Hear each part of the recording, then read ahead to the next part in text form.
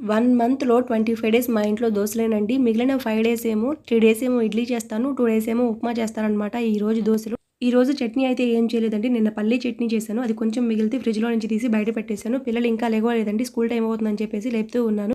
పిల్లలు స్కూల్‌కెళ్ళిన తర్వాత అత్తయ్య గారు ఇంటి ముందు గోధుమలు, రాగులు, జొన్నలు కడిగి ఆరబోసారండి. ఇంట్లో గోధుమ పిండి అయిపోయింది. మేము సొంతగా మిల్లాడించుకున్న గోధుమ పిండే వాడతాం కదా! సో, దానికోసం అని చెప్పేసి అన్నీ కడిగి ఆరబోసారనమాట.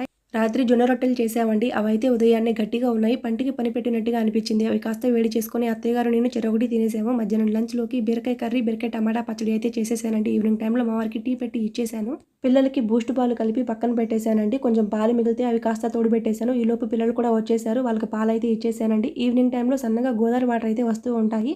మొక్కలకి నీళ్లు పట్టేసి కూరగాయలైతే హార్వెస్ట్ చేస్తూ ఉన్నానండి. పెద్ద మొక్కలేం లేవు కానీ బెండకాయలు ముదిరిపోతున్నాయని చెప్పేసి బెండకాయలైతే కోసేసాను. ఇంకా నైట్ పిల్లలకి హోంవర్క్ అయితే చేపిస్తూ ఉన్నానండి. మినీ వ్లాగ్ నచ్చితే లైక్ చేసి ఛానల్‌ని సబ్స్క్రైబ్ చేసుకొని సపోర్ట్ చేయండి.